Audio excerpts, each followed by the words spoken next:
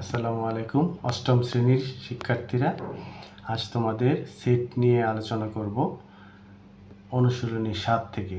তো সরাসরি কথা না বলে আমরা অঙ্কের সমাধানে চলে যাই। অনুশীলনী 7-এর 1 নাম্বার প্রশ্নে আছে সেট প্রকাশের পদ্ধতি কয়টি? সেট প্রধানত দুটি পদ্ধতিতে প্রকাশ করা যায়। সেট প্রকাশের পদ্ধতি 1 তালিকা পদ্ধতি, 2 সেট গঠন পদ্ধতি। সুতরাং এই প্রশ্নের উত্তর হবে খ, অর্থাৎ 2টি। 2 নম্বর প্রশ্নে আসি, নিচের কোনটি যে কোনো সেটের উপসেট? এখন প্রথম জানি উপসেট কি। উপসেট হলো একটা সেটকে কিভাবে কত প্রকারে সাজানো যায়। যেমন এ সমান যদি একটা সেট হয়, এ এবং বি একে যদি আমরা সাজাই তাহলে সাজাতে পারি কিভাবে? এ বি, তারপর এ বি, তারপর ফাঁকা, এই কয়টা প্রকারে সাজানো যায়। সুতরাং এই সেটের উপসেট হলো এই কয়টা। এখানে ফাই একটা উপসেট, কিন্তু ফাইকে কিভাবে প্রকাশ করা যায়? ফাইকে সেটের পদ্ধতি অনুযায়ী ফাইকে সেকেন্ড ব্র্যাকেট আকারে প্রকাশ করা যায় না। ফাইকে ফার্স্ট ব্র্যাকেট আকারে প্রকাশ করা যায় না। সুতরাং ফাইয়ের মতোই থাকে। সুতরাং এর থেকে আমরা বুঝতে পারি যে এই সেটের উপসেট হবে গ। অ্যান্সার হবে গ। 3 নাম্বার প্রশ্নে আসি। 3 নাম্বার একটা সেট দেওয়া আছে, এই সেটের উপাদান সংখ্যা কয়টি? উপাদান সংখ্যা কয়টি? সুতরাং এখানে আমরা দেখতে পাইতেছি এটার উপাদান সংখ্যা 1, সুতরাং এটার উপাদান সংখ্যা 1টি। অ্যান্সার হবে খ 1। 4 নাম্বার প্রশ্নে আসি, এস সমান এক্স যেন এক্স জোড় সংখ্যা 1 less equal x less equal 7, সেটটি তালিকা পদ্ধতিতে প্রকাশ করো। 1 এর চেয়ে সমান বা বড়, 7 এর সমান বা ছোট কিন্তু জোড় সংখ্যা। সেই ক্ষেত্রে এস এর মান যদি আমরা ধরে নিই এই শর্ত পূরণ করে, এই শর্ত পূরণ করতে গেলে 1 এর চেয়ে বড় আমরা জোড় সংখ্যাগুলি যদি নেই তাহলে জোড় সংখ্যা 2, 4, 6, 1 এবং 7 এর মধ্যবর্তী 3টা জোড় সংখ্যাই হয়, বাকি সব বিজোড় সংখ্যা। সুতরাং এটা সহজেই বোঝা যায় যে সেটের তালিকা পদ্ধতিতে প্রকাশ করলে এটার অ্যান্সার হবে খ 2, 4, 6, 2, 4, 6। নেক্সটে আসি আমরা 5 নম্বরে। 5-এ আছে এর সেট। এ সেটের উপাদান দেওয়া আছে 2, 3, 4। বি সেটের উপাদান আছে 5, 7 হলে এই ইন্টারসেকশন বিবেক করবে। ইন্টারসেকশন মানে কি? ইন্টারসেকশন মানে হলো সেট অর্থাৎ মিল আছে এ এবং বি সেটের মধ্যে, মিল আছে কোন উপাদানগুলি, সেটাই হলো এ ইন্টারসেকশন বি। তাহলে আমরা যে এ ইন্টারসেকশন বি বের করি তাহলে দেখা যায় এর সদস্য সংখ্যা উপাদান এটার উপর এ সেটের উপাদান 2, 3, 4, বি সেটের উপাদান 5, 7। এ এবং বি সেটের উপাদানের মধ্যে কোনো উপাদানই মিল নাই, সুতরাং এটার ইন্টারসেকশন হবে ফাঁকা, ইন্টারসেকশন ফাঁকা সেট। সুতরাং এর অ্যান্সার হবে ক, অর্থাৎ ফাঁকা।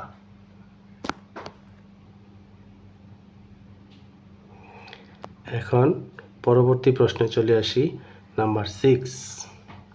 6 নাম্বার প্রশ্নে আছে আমাদের এ সমান এক্স ইস টু এক্স জোড় সংখ্যা এবং 4 লেস এক্স এবং লেস 6, 4 লেস এক্স 4 লেস 6, অর্থাৎ এক্স এর মান হবে 4 এর থেকে বড় এবং 6 এর থেকে ছোট।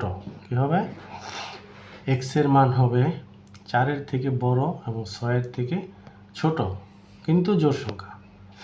4 এর থেকে বড় এবং 6 এর থেকে ছোট এই ধরনের জোড় সংখ্যা আমরা নেই এ সেটের শর্ত অনুযায়ী। এ সেটের শর্ত অনুযায়ী 4 এর চেয়ে বড় জোড় সংখ্যা 5-এর 6, আবার 6 এর চেয়ে ছোট জোড় সংখ্যা 4। সুতরাং মধ্যবর্তী কোনো জোড় সংখ্যা নাই। সুতরাং আমরা ধরে নিতে পারি এই সেটের যেহেতু নাই, না থাকলে সেটাকে ফাঁকা সেট হিসেবে প্রকাশ করা হয়। সুতরাং এই প্রশ্নের অনুযায়ী এটার অ্যান্সার হবে ঘ, ফাঁকা সেট। আমরা আসি 7 নম্বর প্রশ্নে। 7 নম্বরে কি আছে আমাদের? পি সমান একটা সেট দেওয়া আছে। পি সেটের সদস্য হলো এক্স, ওয়াই এবং জেড। এক্স, ওয়াই এবং জেড। তাহলে পি সেটের উপসেট নয় কোনটি সেটা আমাদের বের করতে হবে। উপসেট নয়, আমরা উপসেট জানি। এক্স, ওয়াই, জেডকে আমরা কীভাবে সাজাতে পারি সেটাই হলো পি এর উপসেট। তাহলে আমরা কীভাবে সাজানো যায় সেটা আগে চেষ্টা করি। এক্স, ওয়াই, জেড এই সাজানোটা দেয়া আছে, এটা আমি সাজা নিলাম। তারপর আমি নিতে পারি এক্স, ওয়াই, নিতে পারি ওয়াই, জেড, নিতে পারি এক্স, জেড, নিতে পারি আমি এক্স, শুধু এক্স, নিতে পারি শুধু ওয়াই, নিতে পারি শুধু জেড, আর এটা নিতে পারি আমরা ফাই।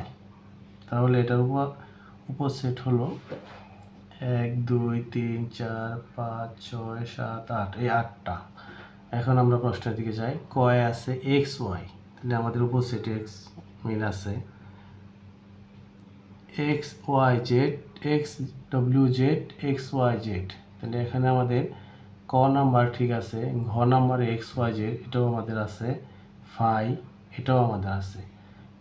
এক্স, ডব্লিউ, জেড এই সেটটা আমাদের পি সেটের উপাদানের মধ্যে নাই। সুতরাং আমরা সহজেই ধরে নিতে পারি পি সেটের উপাদান নয়। অ্যান্সার হবে খ।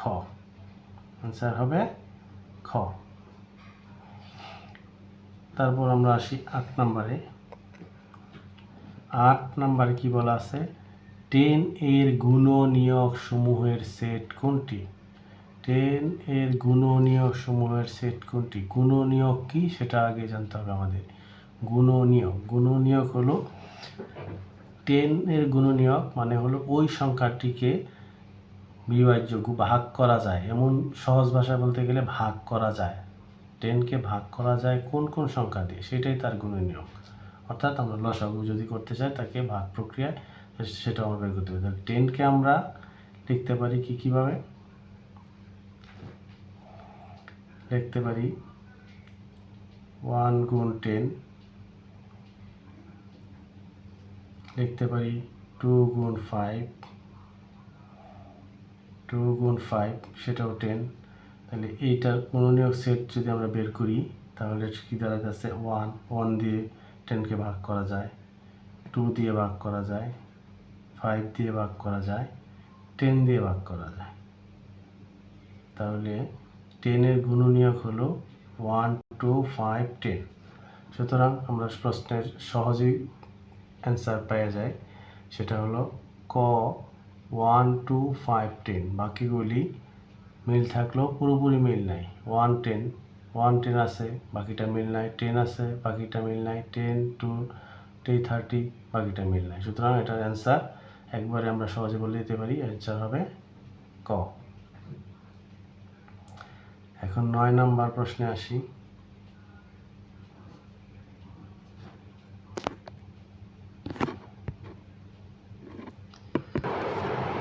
এখন আমরা আসি প্রশ্ন নম্বর 9।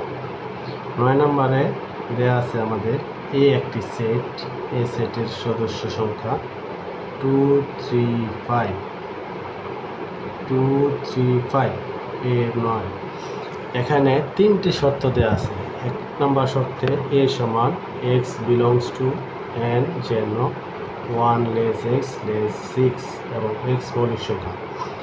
এখানে এ সেটটা হবে, তার শর্তটা সংক্ষেপে যদি আমরা বুঝে নিই সেটা হলো 1 এর চেয়ে বড়, 6 এর চেয়ে ছোট কিন্তু মৌলিক সংখ্যা। এর সেট হবে 1 এর চেয়ে বড়, 6 এর চেয়ে ছোট কিন্তু মৌলিক সংখ্যা।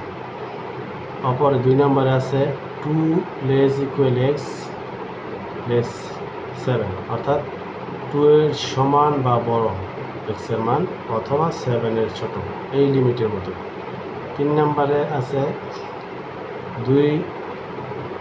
2 সমান বা বড়, 5 সমান বা ছোট এক্সের মান। এই 3 শর্ত পূরণ করে কিনা, 3টা শর্ত দেওয়া আছে, এই 3টা দেখে আমাদের অ্যান্সার করতে হবে নিচের কোনটি সঠিক। তাহলে আমরা 1 সঠিক কিনা, 2 সঠিক কিনা, 3 সঠিক কিনা সেটা আগে যাচাই করে নিই। 1 নাম্বার শর্ত অনুযায়ী 1-এর চেয়ে বড়, 1-এর চেয়ে বড় 6-এর চেয়ে ছোট। তাহলে এখানে 2 1-এর চেয়ে বড়, 6-এর চেয়ে ছোট। 3 1-এর চেয়ে বড়, 6-এর চেয়ে ছোট।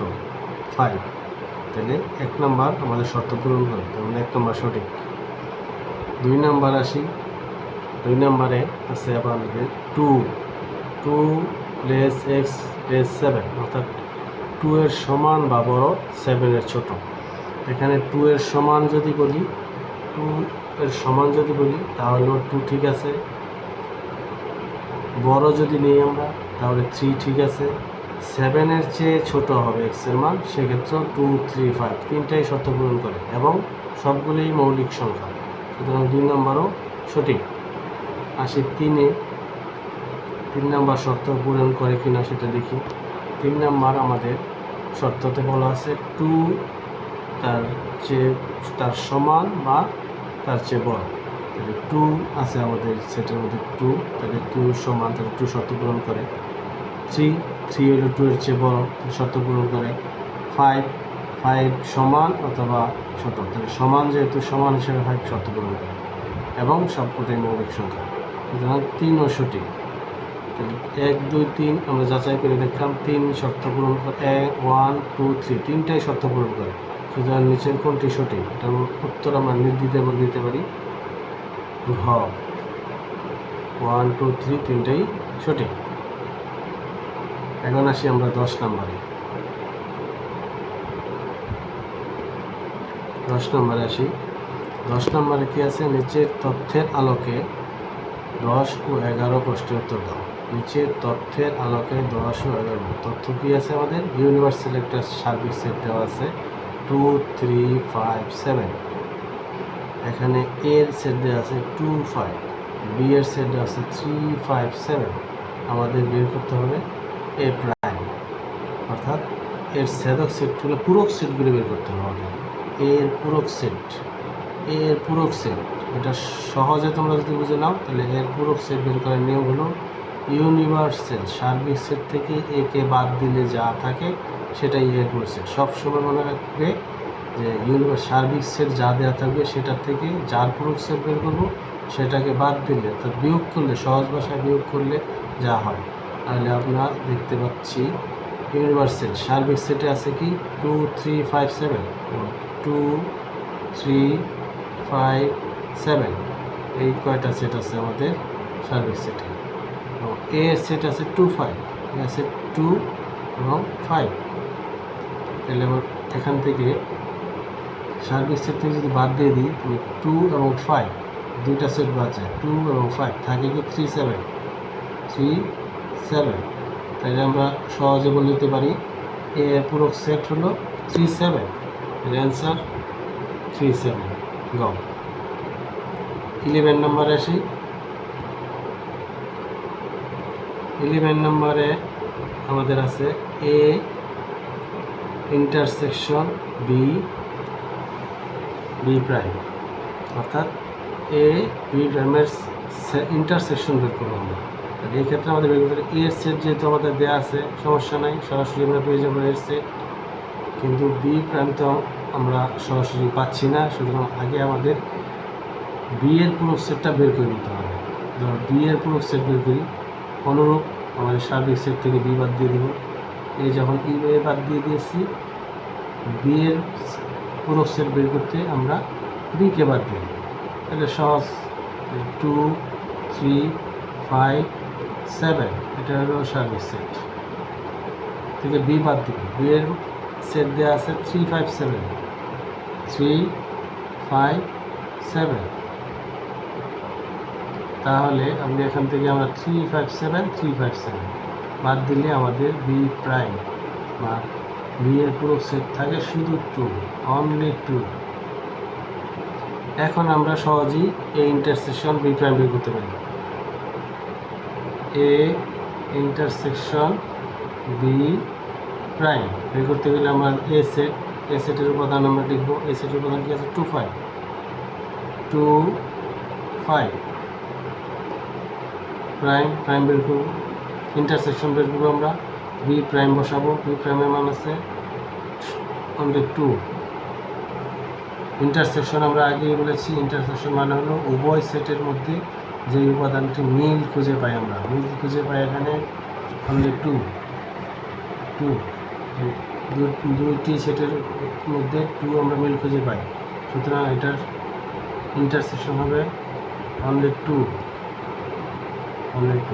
তাহলে আমরা সহজেই বলে দিতে পারি এ ইন্টারসেকশন বি প্রাইম এর অ্যান্সার হবে ক 2। সুতরাং বন্ধুরা, আশা করি তোমরা ভালোভাবে বুঝতে পেরেছ। তারপরে যদি কোনো সমস্যা থাকে অবশ্যই আমাকে কমেন্টসে জানাবে। আমি চেষ্টা করব আরও ভালোভাবে তোমাদেরকে সহযোগিতা করার জন্য। আজ এ পর্যন্তই। পরবর্তী ভিডিও দেখার জন্য সবাইকে আমন্ত্রণ জানিয়ে আল্লাহ হাফেজ।